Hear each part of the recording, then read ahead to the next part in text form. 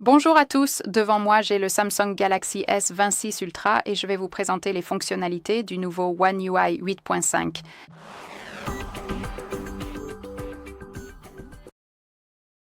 La première chose que j'aimerais partager avec vous concerne davantage la personnalisation et il s'agit de la personnalisation des paramètres du panneau rapide.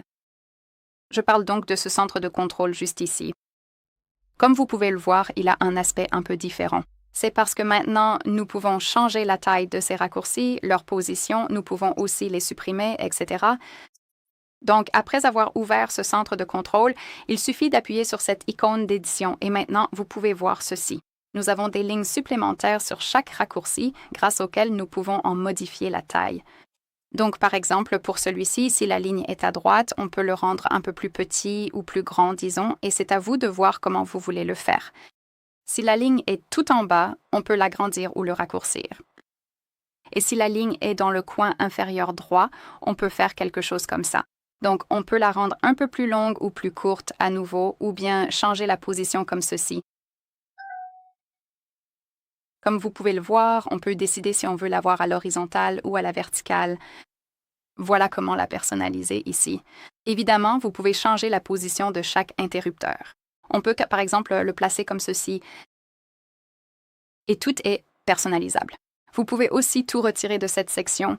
Vous pouvez ajouter de nouvelles options simplement en appuyant sur « Ajouter un contrôle » et en le personnalisant, ce qui est, à mon avis, vraiment génial. En ce qui concerne la personnalisation, j'espère aussi que vous vous souvenez de l'effet spécial qui était généralement appliqué à l'écran de verrouillage. Il était basé sur les conditions météorologiques autour de vous. Donc, par exemple, s'il neige, votre appareil vous montrera, vous savez, les flocons qui tombent. Ou s'il pleut, alors il affichera la pluie sur l'écran de verrouillage. Donc, cette option était disponible auparavant. Cependant, actuellement dans le système, elle est entièrement appliquée, simplement, donc ce n'est pas obligatoire, enfin c'est optionnel, mais vous pouvez l'appliquer sans problème. Une autre chose, c'est la batterie juste ici. Donc, sur cet appareil et dans ce système, nous avons seulement l'option d'afficher le pourcentage de batterie et nous pouvons seulement afficher son arrière-plan. En quelque sorte, donc laissez-moi vous montrer. Ouvrons les paramètres et ici, faisons défiler pour trouver les notifications, car c'est dans la barre de notification, disons ici, allons dans la barre d'état. Et comme vous pouvez le voir, c'est la seule option liée à la batterie. Et donc maintenant, nous n'avons que le pourcentage de batterie et nous pouvons afficher ce genre de pilule et le pourcentage est à l'intérieur de l'icône de la batterie. Donc, c'est à vous de choisir l'option que vous préférez utiliser. En ce qui concerne la personnalisation, nous pouvons également personnaliser les réveils. Alors, ouvrons l'horloge. Ici, nous avons une alarme programmée. Il suffit d'appuyer dessus. Et comme vous pouvez le voir, après avoir fait défiler vers le bas, nous pouvons changer l'arrière-plan de l'alarme. Il suffit d'appuyer dessus. Maintenant, appuyons sur Arrière-plan dans le coin supérieur gauche. Et comme vous pouvez le voir ici, nous avons les options en vedette. Donc, celles qui sont préinstallées, elles sont également liées à la météo. Donc, c'est la même option. Comme cela sera appliqué à l'écran de verrouillage, nous devons donc autoriser l'accès à la localisation. Bien sûr, dans les deux cas, donc l'écran de verrouillage et les alarmes, mais en gros, c'est comme ça que ça fonctionne. Donc, encore une fois, si votre alarme est activée, elle vous affichera les conditions météorologiques autour de vous et voilà comment cela fonctionne. Mais bien sûr, vous pouvez aussi choisir quelque chose depuis votre propre galerie et définir votre propre photo comme écran de fond lorsque l'alarme sonne. Une autre chose ici, c'est que si nous avons une option de répétition, donc par exemple comme ici, disons que nous la réglons pour 6 heures, vous pourrez voir que nous avons une option de répétition. Et votre appareil vous indiquera le temps restant avant la répétition, ce qui est bien ou non. Je vous laisse simplement décider si c'est une bonne chose.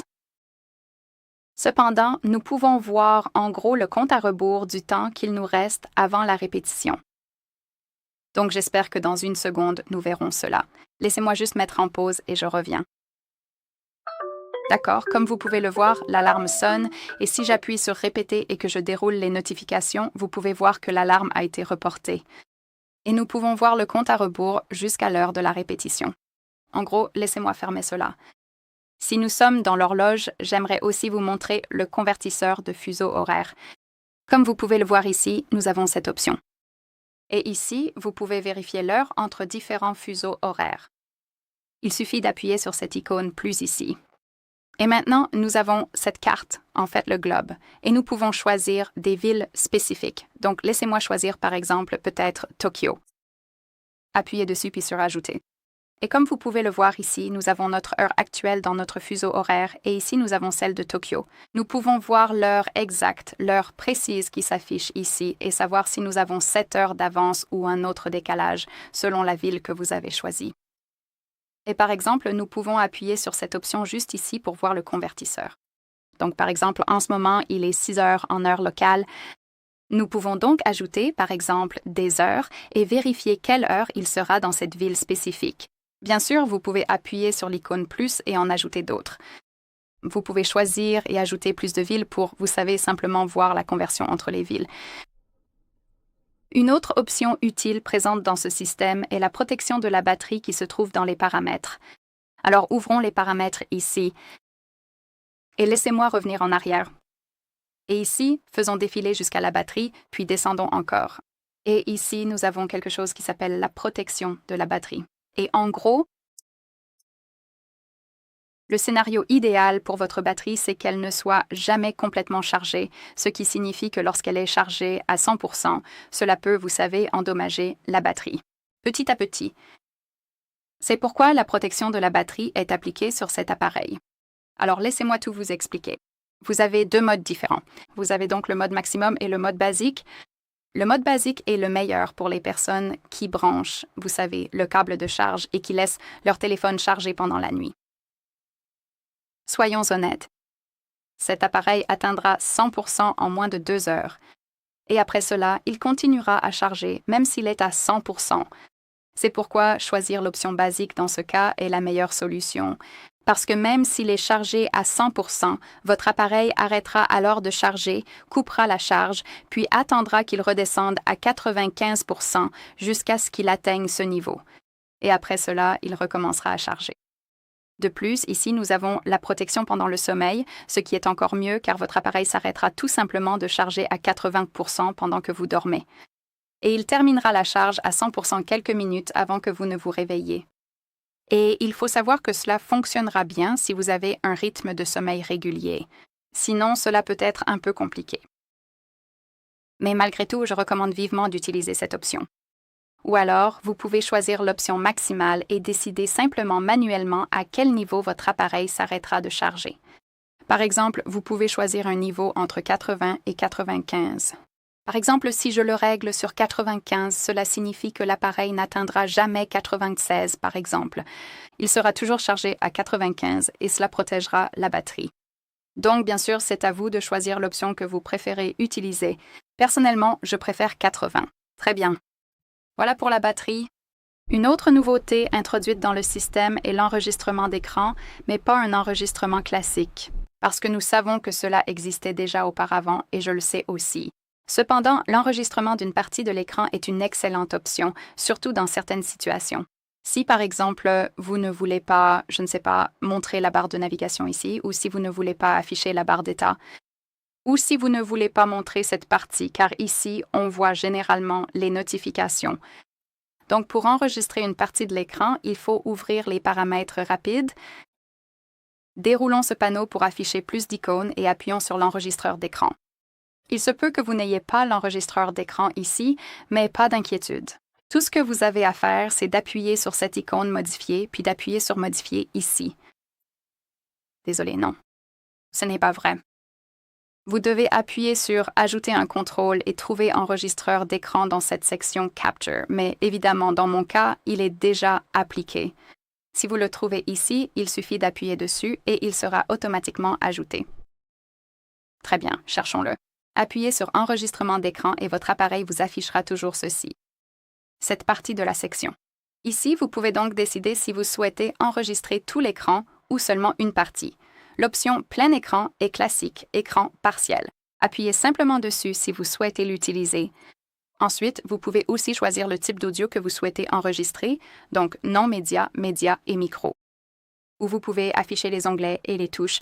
C'est à vous de voir, donc si vous êtes prêt, appuyez simplement sur Démarrer l'enregistrement.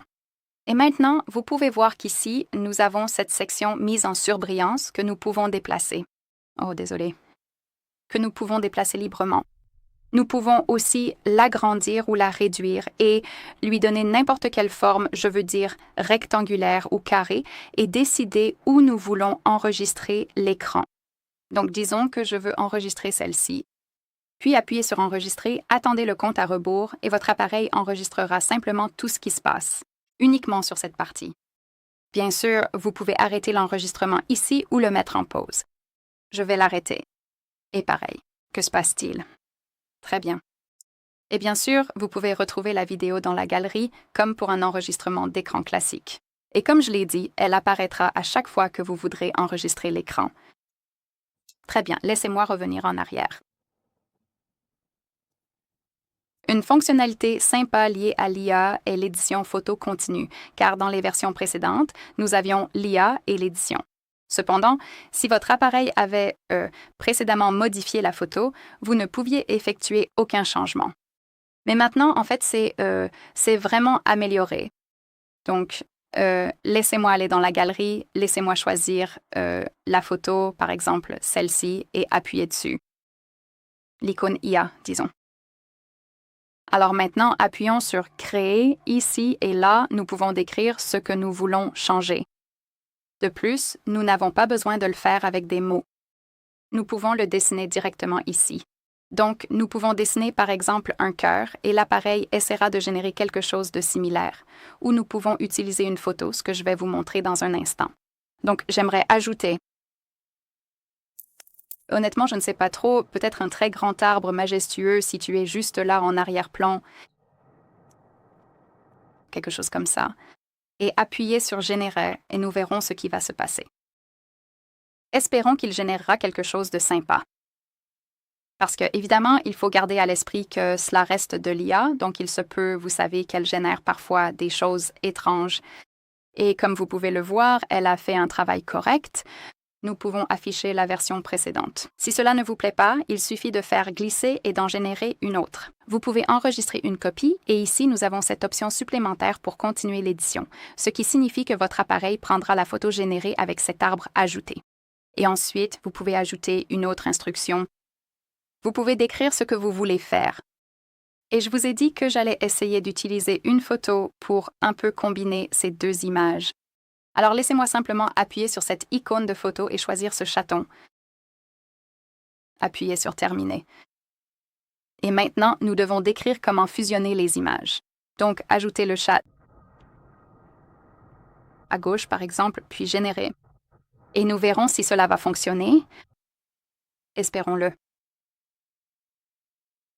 C'est vraiment appréciable de pouvoir éditer une photo générée précédemment. Et nous avons le chat. Il est à gauche, ce qui est super. Vous pouvez donc continuer à modifier ou simplement enregistrer une copie et tout terminer. C'est donc vraiment une excellente option. Une autre chose que nous pouvons faire ici, c'est d'utiliser le partage rapide, qui est aussi compatible avec AirDrop, ce qui est une excellente option pour, vous savez, transférer rapidement les fichiers. Et tout ce que vous avez à faire, c'est simplement d'appuyer sur cette icône de partage. Désolé, j'ai oublié.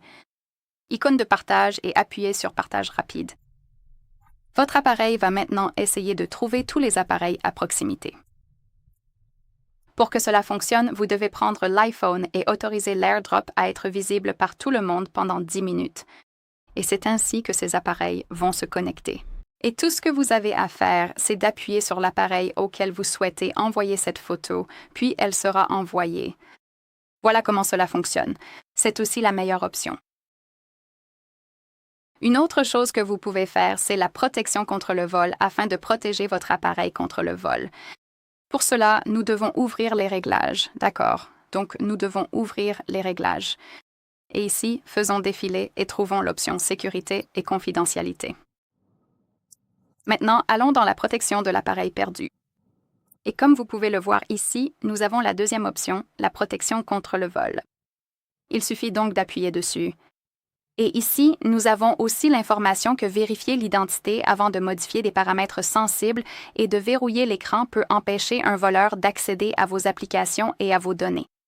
Ici, nous avons la vérification d'identité, le verrouillage de détection de vol, ce qui est plutôt bien parce que si votre appareil détecte que quelqu'un a pris le téléphone et s'est enfui, il verrouillera simplement l'écran. Et c'est tout. Et le voleur ne pourra rien faire. Ici, nous avons aussi le verrouillage de l'appareil hors ligne, le verrouillage après échec d'authentification et le verrouillage à distance, qui sont vraiment, vraiment intéressants.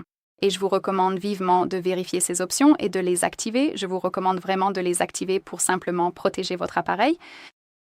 En ce qui concerne la protection, votre appareil vous protégera également contre les publicités indésirables. Alors, laissez-moi retourner dans les paramètres.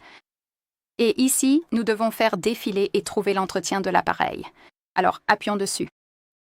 Ensuite, nous devons faire défiler pas faire défiler, mais appuyer sur l'icône des 3 points dans le coin supérieur droit. Et ici, aller dans les paramètres. Comme vous pouvez le voir ici, nous avons l'option pour bloquer les applications avec trop de publicité. Alors, appuyons dessus. Et généralement, parfait, cette option sera désactivée. Alors, assurez-vous d'appuyer sur cette section.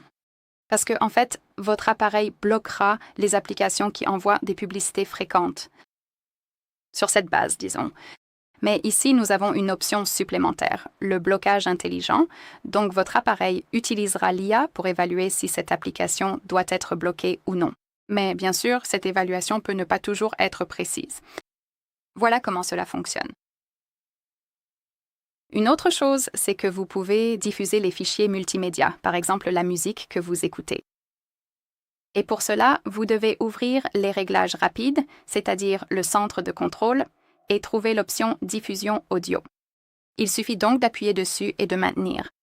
Et comme vous pouvez le voir, ici nous avons la diffusion audio.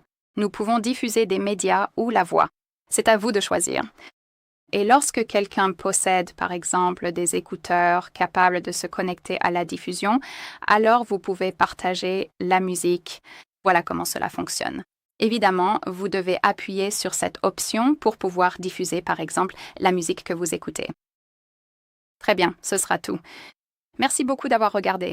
N'oubliez pas de vous abonner et de laisser un pouce en l'air.